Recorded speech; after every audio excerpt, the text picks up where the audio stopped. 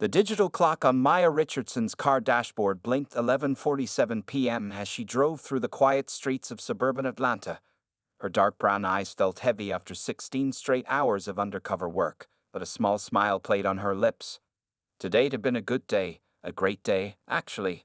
After 6 months of careful investigation, she had finally gathered enough evidence to take down one of Atlanta's biggest drug trafficking operations. Maya's simple Honda Civic blended perfectly with the neighborhood, just as her casual outfit, worn jeans, a plain black t-shirt, and scuffed sneakers had helped her blend in with the criminals she'd been investigating. Her FBI badge and credentials were safely tucked away in her purse on the passenger seat, next to a USB drive containing recordings that would put some very dangerous people behind bars for a very long time. The streets were nearly empty at this hour. Streetlights cast long shadows across the road, and most houses had already gone dark. Maya thought about her small apartment, just 15 minutes away, where her cat Luna would be waiting. The thought of finally getting some rest made her yawn. She reached over to turn up the radio, hoping the soft music would help keep her alert. As she drove, Maya's mind wandered back to her journey to this moment. Growing up in a middle-class family in Detroit, she'd always dreamed of making a difference. Her father, a high school history teacher, had taught her about civil rights heroes and the importance of standing up for justice. Her mother, a nurse, had shown her what it meant to care for others and stay calm under pressure. Both lessons had served her well in the FBI. At 32, Maya had already earned a reputation as one of the Bureau's most skilled undercover agents. She had a natural talent for gaining people's trust, and her quick thinking had gotten her out of more than a few dangerous situations. Today's operation had been particularly tricky.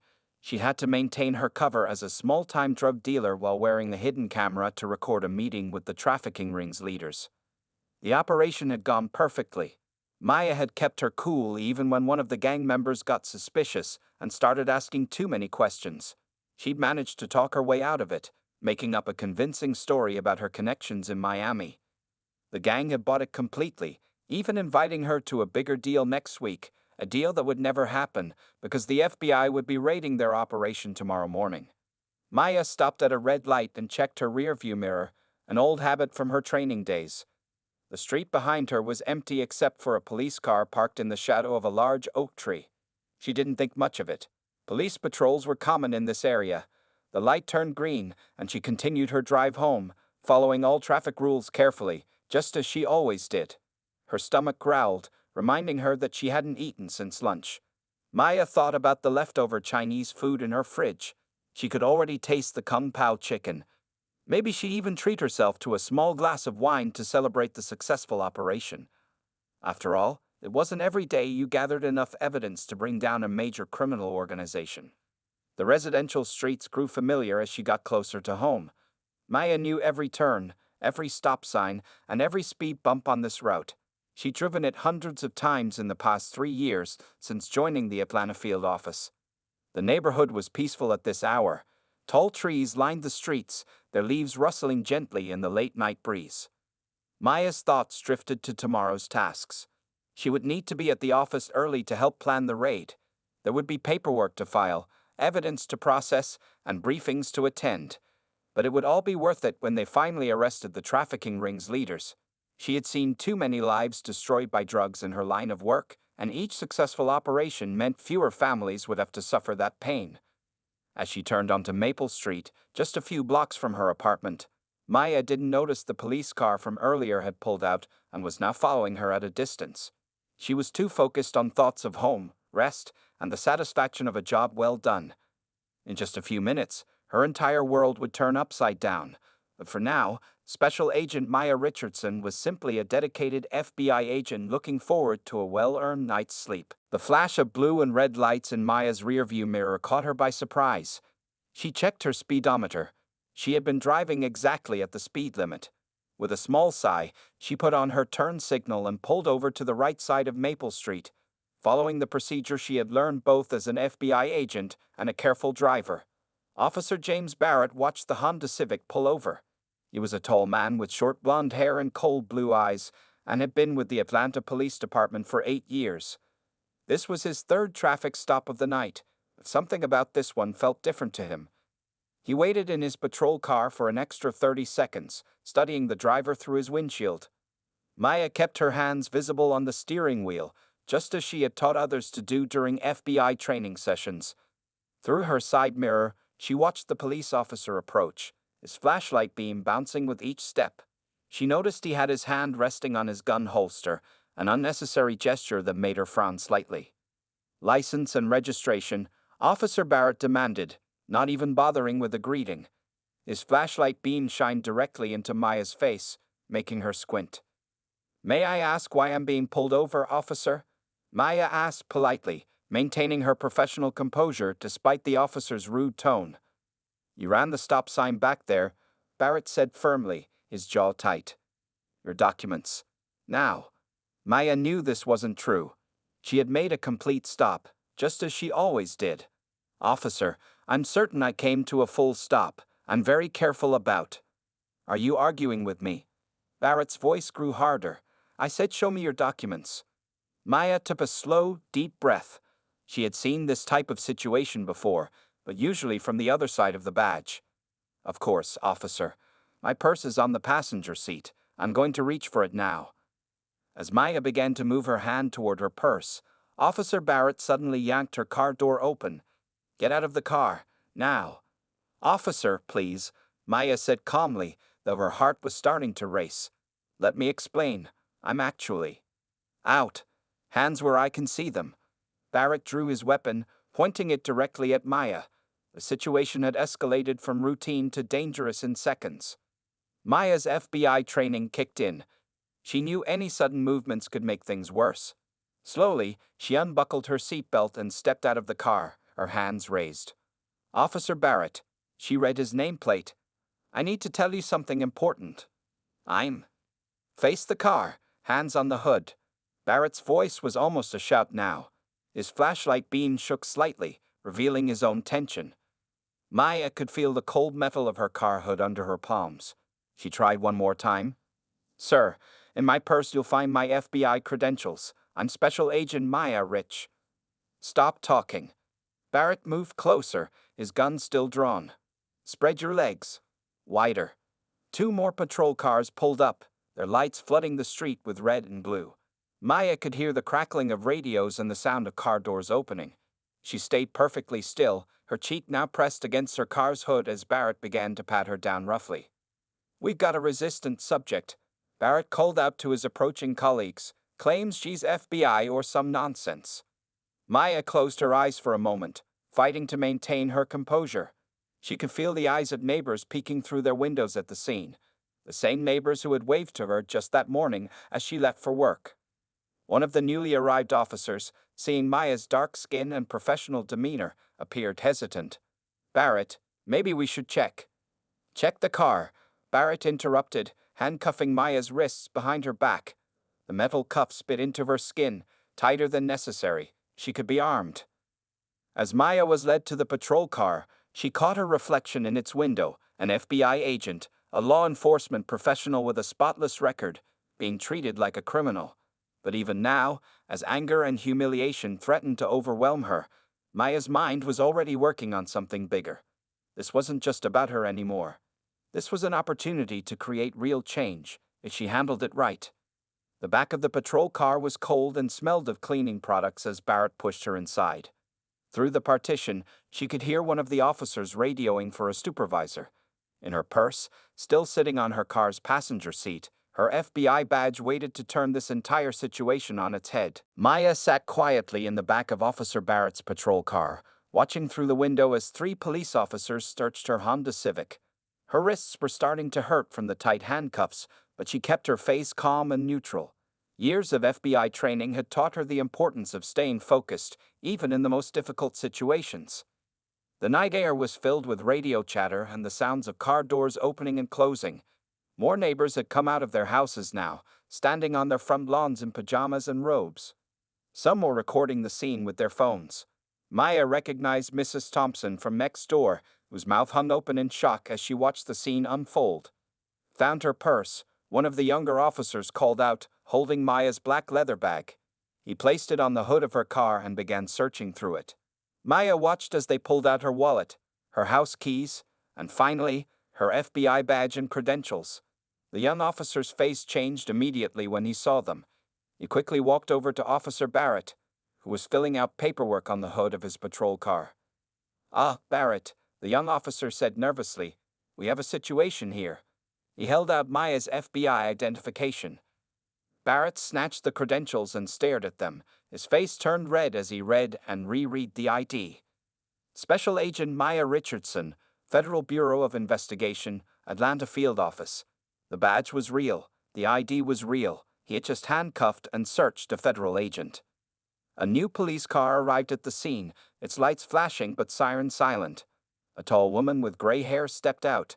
Lieutenant Sarah Cooper, the night shift supervisor. She took one look at the scene and walked quickly toward Barrett. "What's the situation here?" Lieutenant Cooper asked, her voice sharp.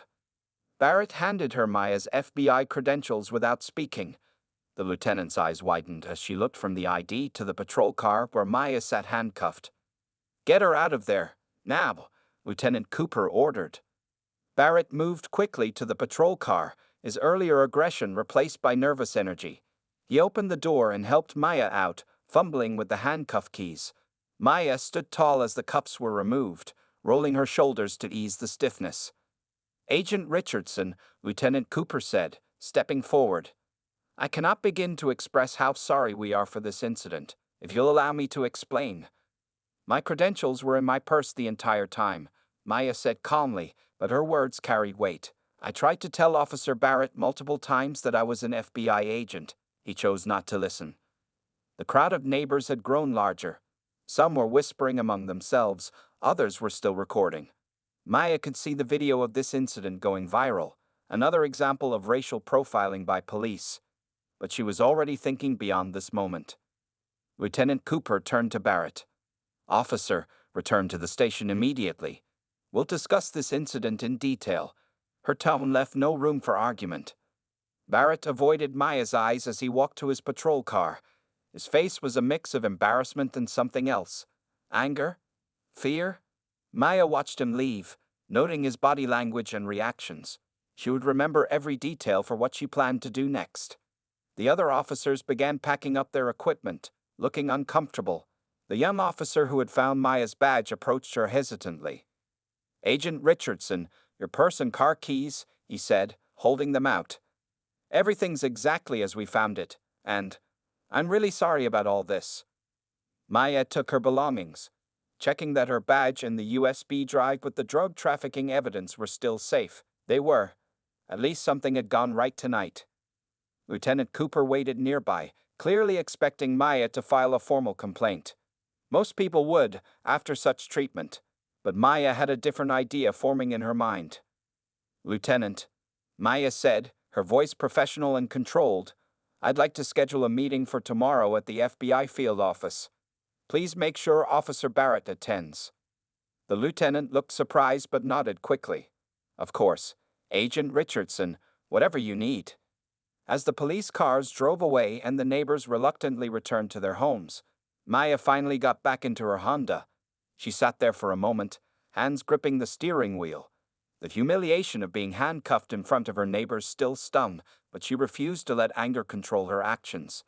Instead, she would use this experience to create something positive, something that might prevent other people from going through what she just had.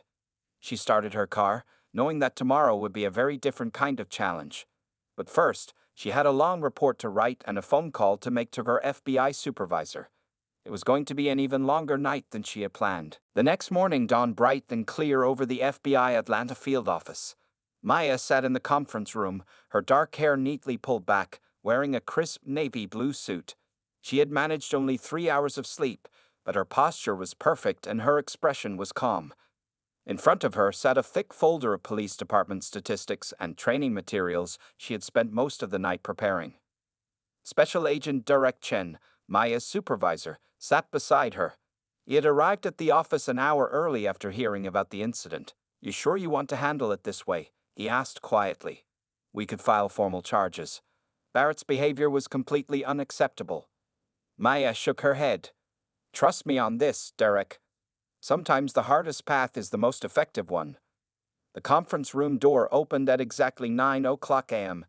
Lieutenant Cooper entered first, followed by Police Captain Roberts, a stern-faced man with graying hair. Officer Barrett came last, looking uncomfortable in his dress uniform. His face was pale, and dark circles under his eyes suggested he hadn't slept much either. Agent Richardson, Captain Roberts began, his voice formal. On behalf of the Atlanta Police Department, I want to express our deepest apologies for last night's incident. Officer Barrett's actions were.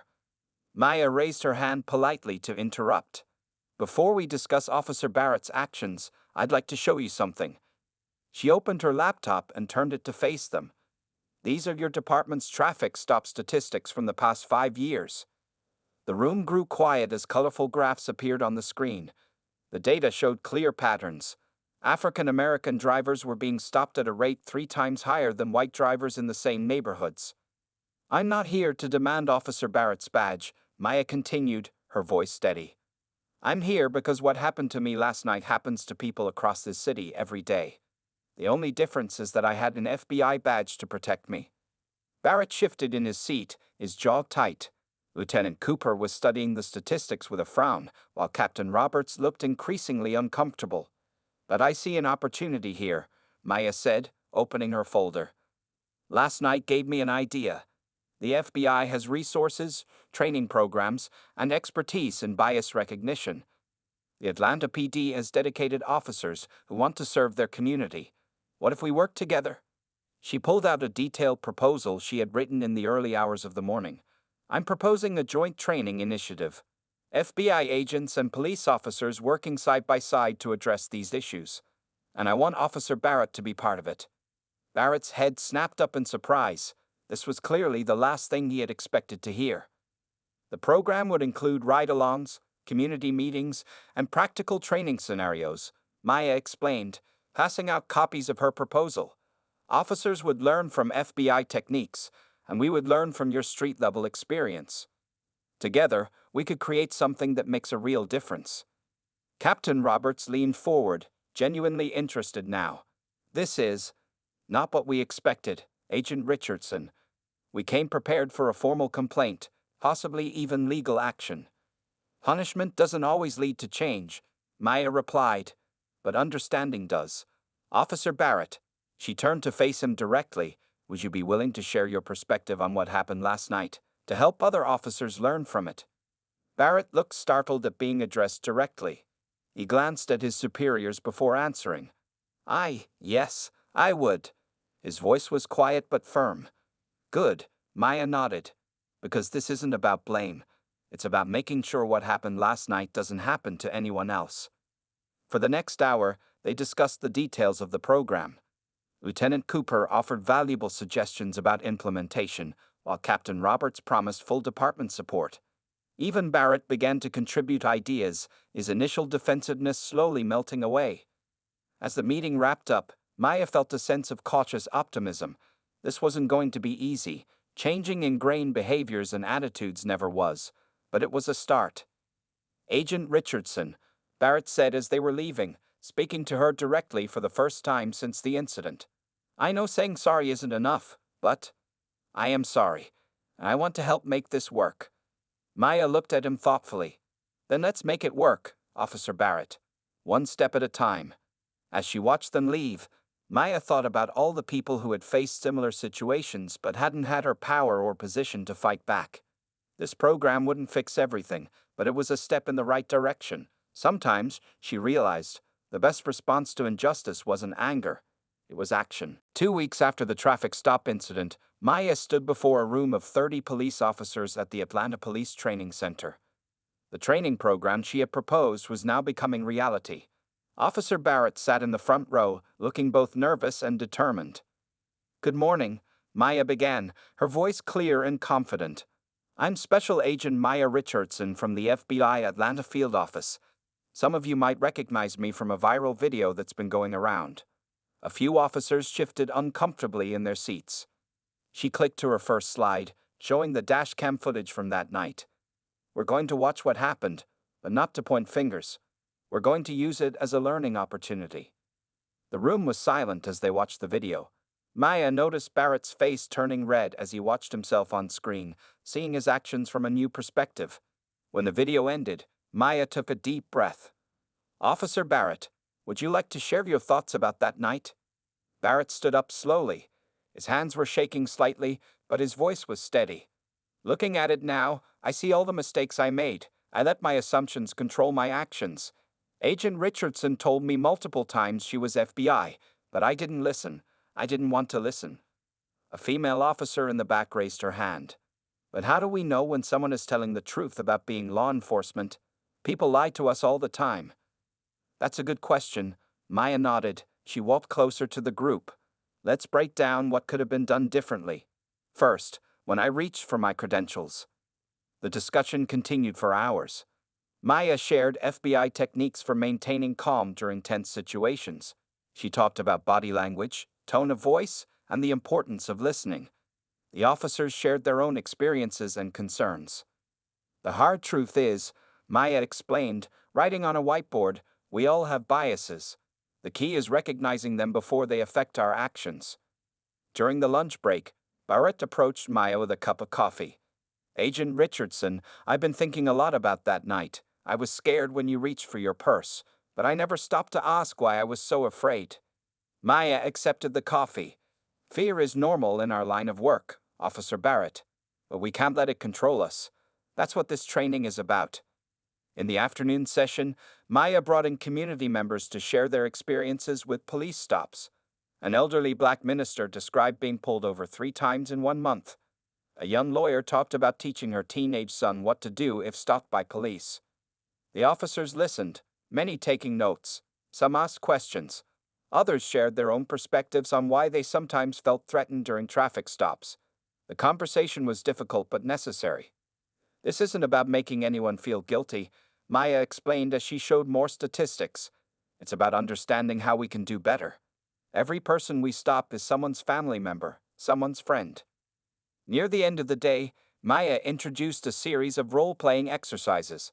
Officers took turns playing both police and civilians, practicing new techniques for de-escalating situations. Barrett volunteered for several scenarios, showing a genuine desire to improve. Remember, Maya said as the training wrapped up, this is just the beginning. We'll meet weekly for the next 3 months. Each session will build on what we've learned. After the other officers left, Barrett stayed behind to help Maya pack up her materials. You know, he said quietly, when you first proposed this training, I thought it was just to humiliate me, to make an example of me. Maya paused in her packing. That would have been easier, wouldn't it? To just be angry, to demand punishment. But what would that have changed? Not much, Barrett admitted. This is harder, but it feels more important. Maya nodded, closing her laptop. Change is never easy, Officer Barrett, but it's worth it. See you next week? Yes, ma'am, Barrett replied with new respect in his voice. And thank you for giving me a chance to be part of the solution instead of just being the problem. As Maya drove home that evening, she felt tired but hopeful. One training session wouldn't solve everything, but it was a start. She thought about all the future traffic stops these officers would make, all the potential confrontations that might now end differently because of what they learned today. Sometimes, she realized, the biggest changes start with the smallest steps, and with the courage to choose understanding over anger. 3 months into the training program, the Atlanta Police Training Center had become Maya's second home. Today, she watched with pride as Officer Barrett led a session on traffic stop procedures, something that would have seemed impossible just a few months ago. The key is communication, Barrett explained to the new group of officers. When I stopped Agent Richardson that night, I was aggressive from the start. I didn't explain why I pulled her over clearly. I didn't listen when she tried to speak. He pointed to a slide showing proper procedure steps. These small changes in how we approach people can make a huge difference. Maya stood at the back of the room, arms crossed, smiling slightly. The change in Barrett was remarkable. Gone was the angry, defensive officer who had handcuffed her that night. In his place stood a man determined to help others learn from his mistakes. During the lunch break, Maya's phone buzzed with a text from her FBI supervisor. CNN wants to do a story on the program. They're calling it From Conflict to Cooperation. You free next Tuesday for an interview? The program had been gaining attention. Local news had covered it first, then state media, and now national networks were interested. Maya hadn't planned on becoming the face of police reform, but she understood the importance of sharing their story. Agent Richardson, a young officer, called out as Maya put her phone away. Can you help us with this scenario? We're stuck on how to handle it. Maya walked over to where a group of officers was practicing a traffic stop situation. They had set up chairs to represent cars, and two officers were acting out roles. One was playing an angry driver, the other a nervous rookie cop. Okay, let's break this down, Maya said, pulling up a chair. The CNN interview changed everything. Maya sat in her office, watching the video clip for the third time on her computer. There she was, looking professional in her FBI jacket, explaining how a wrongful traffic stop had turned into a groundbreaking police training program. Next to her, Officer Barrett spoke honestly about his past mistakes and what he had learned. The video has over 2 million views now, Special Agent Chen said, leaning against her office doorway. And police departments from 5 different states called this morning. They all want to know more about the program. Maya nodded, still watching the screen. The most powerful part of the interview was when Barrett described the night he had arrested her. He didn't make excuses. He simply told the truth about his biases and how the training program had helped him see things differently. The governor's office called too, Chen added with a smile. They want you to speak at the state law enforcement conference next month. Before Maya could respond, her phone buzzed with a text from Barrett. Turn on Channel 5 News. They're talking about us again. She switched to the local news website just in time to see the latest statistics. Complaints against the Atlanta Police Department had dropped by 45% since the training program began. Even more impressive, successful arrests were up, showing that better community relations led to better police work. Agent Richardson, a young police officer, appeared at her door. There's someone here to see you.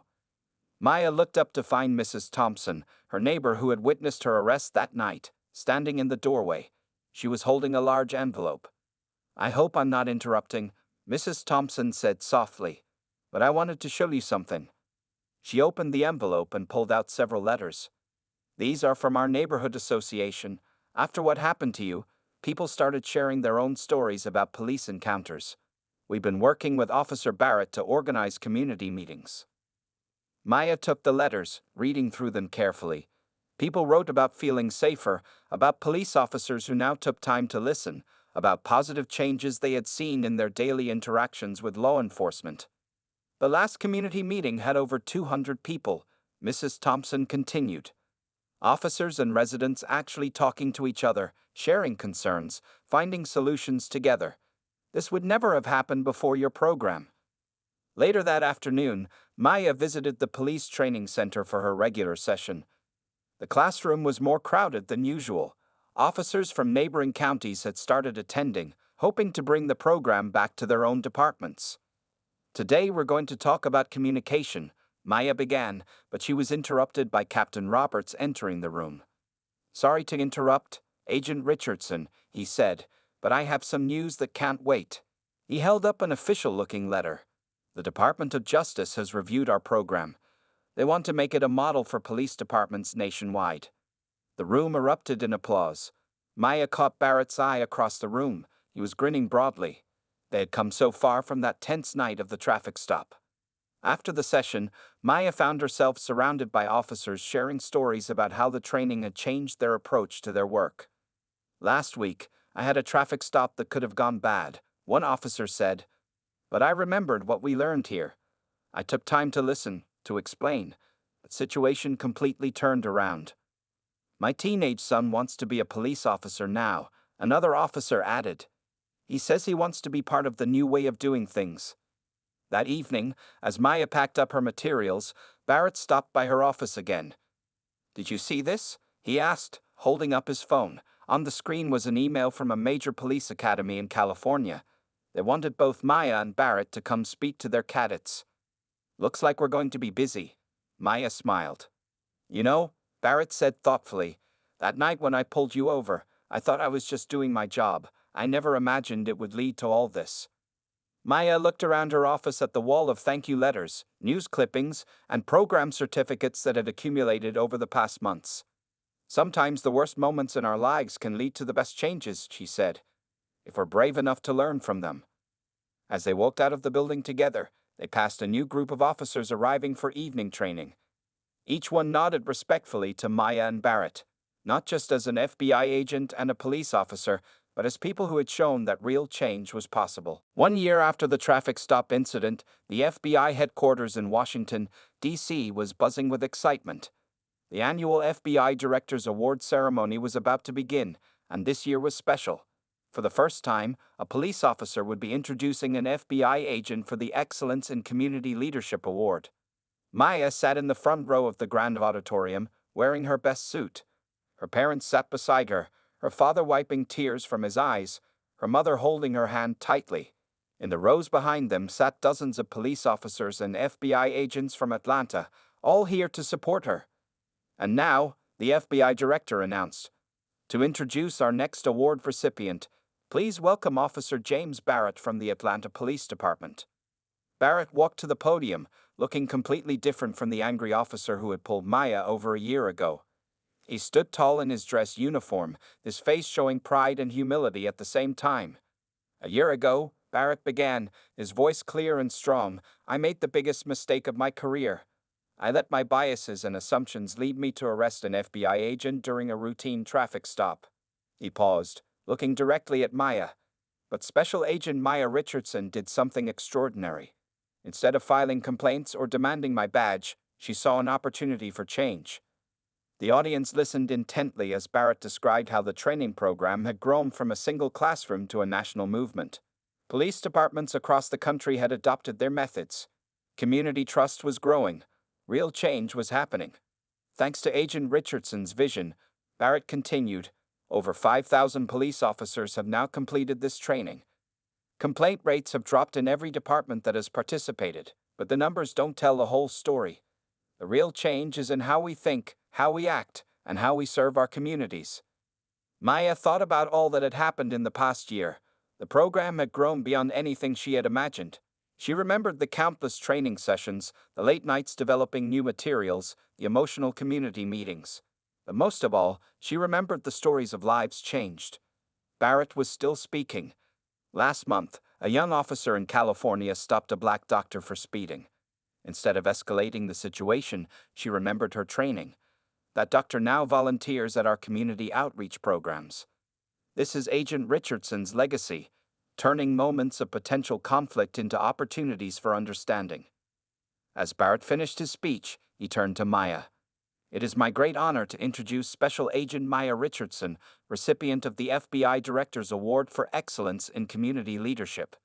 The audience rose to their feet as Maya walked to the podium. The applause was thunderous, but she noticed something more important: the mix of people standing together. FBI agents and police officers, community leaders and government officials, all united in supporting this change. "Thank you," Maya began, looking out at the crowd. "This award isn't just for me. It's for every officer who had the courage to examine their biases. It's for every community member who chose to engage in dialogue instead of conflict. And yes, it's for Officer Barrett, who showed us that real change is possible." She held up the award, a beautiful crystal sculpture catching the light. "A year ago, I was humiliated in front of my neighbors, handcuffed for no reason except assumptions about the color of my skin. I could have let anger guide my response. Instead, I chose to build bridges." Maya talked about the program's future plans: expansion to police academies nationwide, new training modules for community engagement, and partnerships with civil rights organizations. But her most important message was about hope. "What happened to me that night happens to people across this country every day," she said. "The difference is, most of them don't have an FBI badge to protect them. This program is for them. This award is for them. And our work is far from over." As she concluded her speech, Maya saw Barrett in the audience, nodding in agreement. They had come so far from that tense night on Maple Street. The angry officer and the wrongfully arrested FBI agent had become partners in creating real change. After the ceremony, as people gathered for pictures and congratulations, Maya's mother hugged her tightly. "Your father and I are so proud," she whispered. "You took something bad and turned it into something beautiful." Maya looked around the room, at Barrett talking with FBI agents, at police officers chatting with community leaders, at the award that symbolized not just her achievement, but a movement toward better understanding between law enforcement and the communities they served. Sometimes, she realized, the greatest victories come not from winning fights, but from transforming them into opportunities for change. That was her true legacy, not just the award or the program, but the proof that one person's choice to respond to injustice with wisdom can create ripples of change across an entire nation.